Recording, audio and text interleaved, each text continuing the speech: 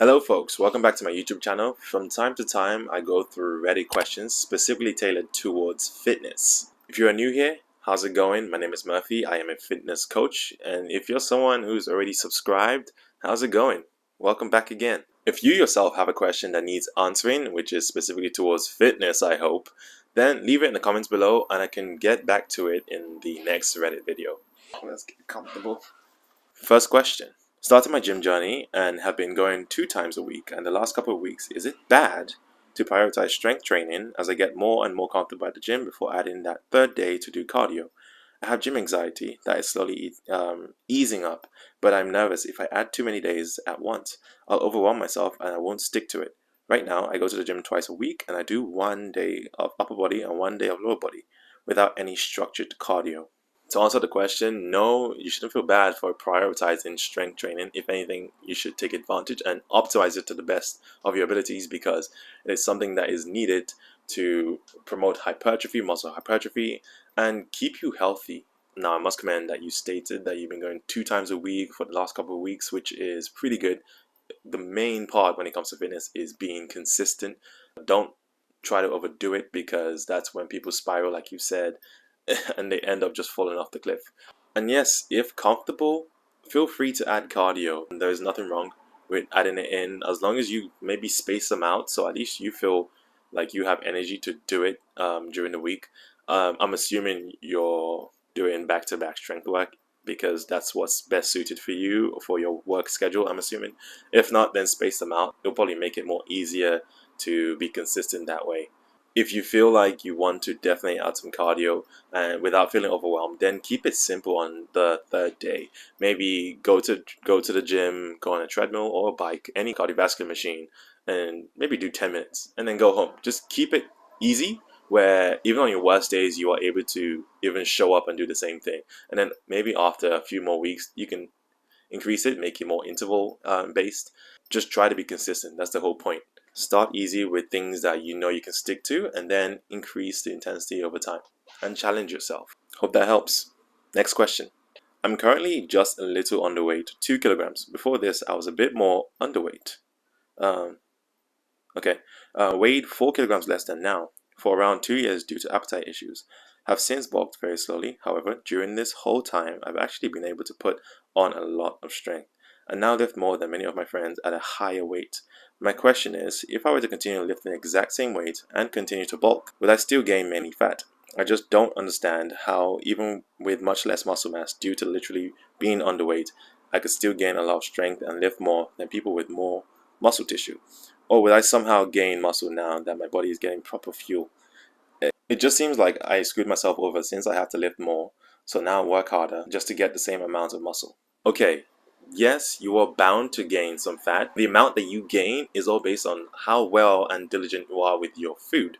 So if you predominantly watch and track your macros, so you're having more high protein count and less fat, less carbohydrates, for example, and you're training to the most optimal way, then yes, you will have lesser fat increase as you gain weight, but it's inevitable you're going to gain some fat as you progress. I will say though, if you were to track your composition and you gain mostly fat over your bulking phase, then that could be pretty worrisome. You should mainly focus on, of course, gain muscle and strength. So look out for things like that. Now, sometimes you shouldn't really focus too much on all the composition or body mass. Just focus on how you feel. Are you feeling energized? Are you getting stronger throughout this phase? And when you get to the point where you feel like, yeah, I'm comfortable, I've eaten my fill and I'm at the weight where I'm ready to go down, then do so. And something cool really happens sometimes with the body. You can have a lot of mass and muscle tissue, but it doesn't necessarily translate to strength.